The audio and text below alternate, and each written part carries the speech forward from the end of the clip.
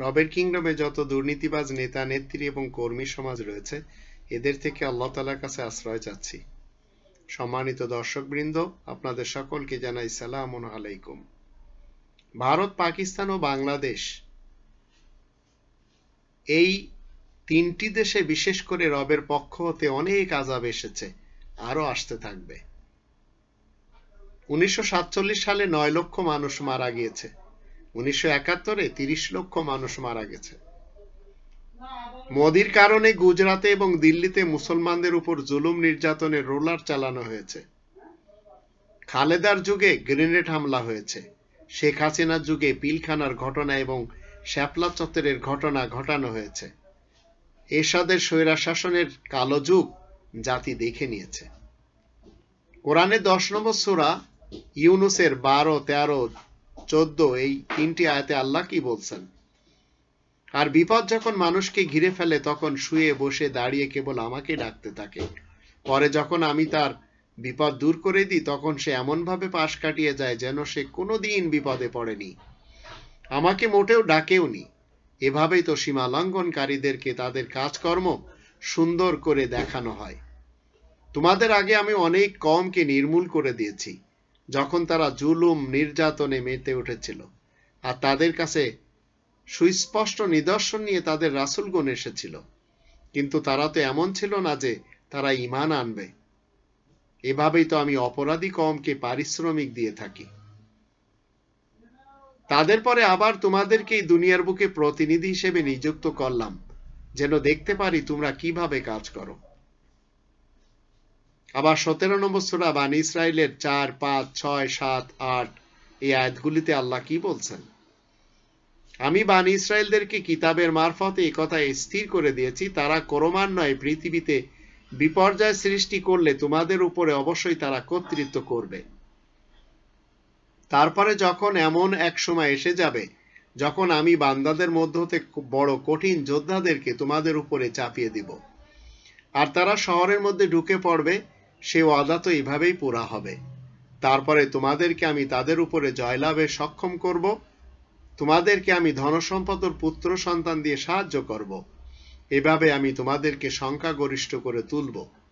তোমরা যদি নেক কাজ করো তা নিজেদের জন্যই করবে, আর যদি অপকর্ম করো তবে তাও যে নিজেদের জন্যই। তারপরে যখন পরবর্তী ওয়াদা এসে যাবে যেন তোমাদের চেহারা বিগড়ে দেওয়া যায়, আর যেন তারা মাথা নত করার স্থানে প্রবেশ করে যেমন প্রথমবারে সেখানে প্রবেশ করেছিল, আর তাদের দখলে যা কিছু আসবে তাই তারা ধ্বংস করবে।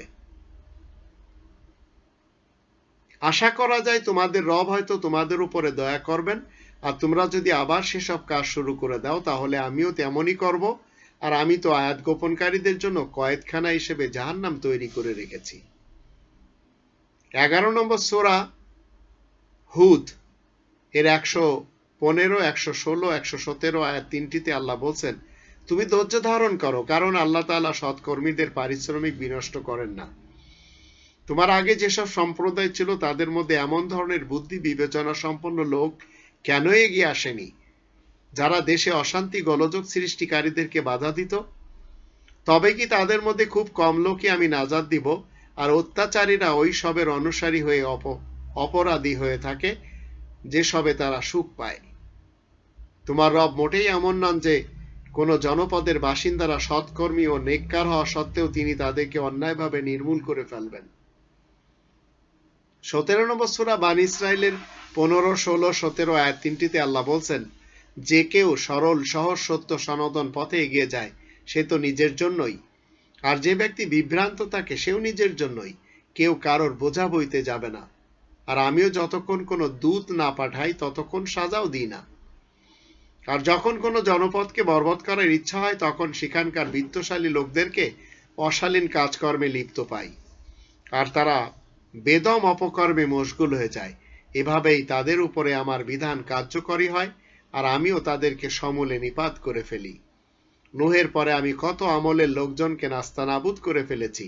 তোমার রব নিজ বান্দাদের গুনাহ সম্পর্কে বেশ ওয়াকিফাল রয়েছেন, আর তিনি সব কিছু দেখছেন। আজ আমি বাংলাদেশি সেবা পার্টির পক্ষ থেকে এদেশের যাদের ব্যাপারে জাতি জেনে গেছে যে এরা দুর্নীতিবাজ, দুষ্কৃতিকারী এবং ভ্রষ্টাচার, এদের সকলকে বলছি যে আপনারা ফেরত আসুন।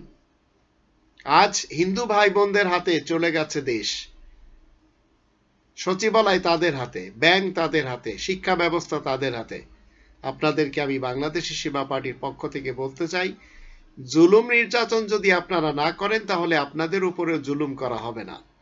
এটি হচ্ছে এই কোরআনের সিস্টেম। 2 নম্বর সূরা আল বাকারার 279 নম্বর আয়াত তার প্রমাণ।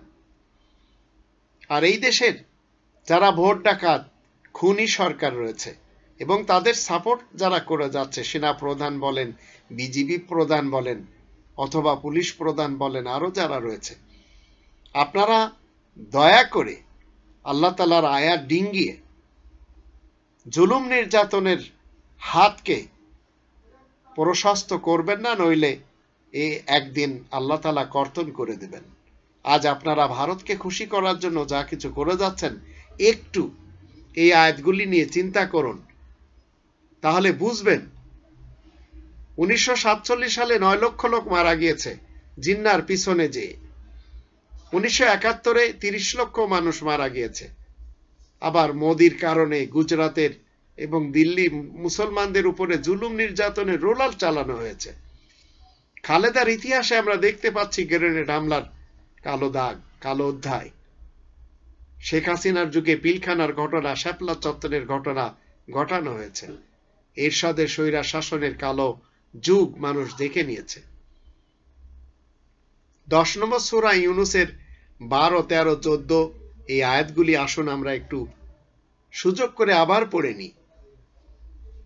17 নম্বর সূরা বানী ইসরাইলের 4, 5, 6, 7, 8 আয়াতগুলি আমরা একটু দেখে নিই। আবার 11 নম্বর সূরা হুদের 115, 116, 117 আয়াতগুলি দেখে নিই।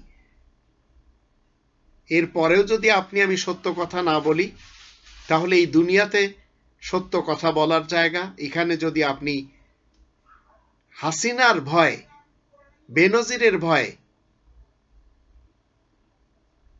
আজিজের ভয়, সাফিনুল ইসলামের ভয়, মনিরুল ইসলামের ভয় যদি সত্য কথা না বলতে চান, তাহলে অন্তত আপনারা আর কখনো সত্য কথা বলার সুযোগ থাকবে না।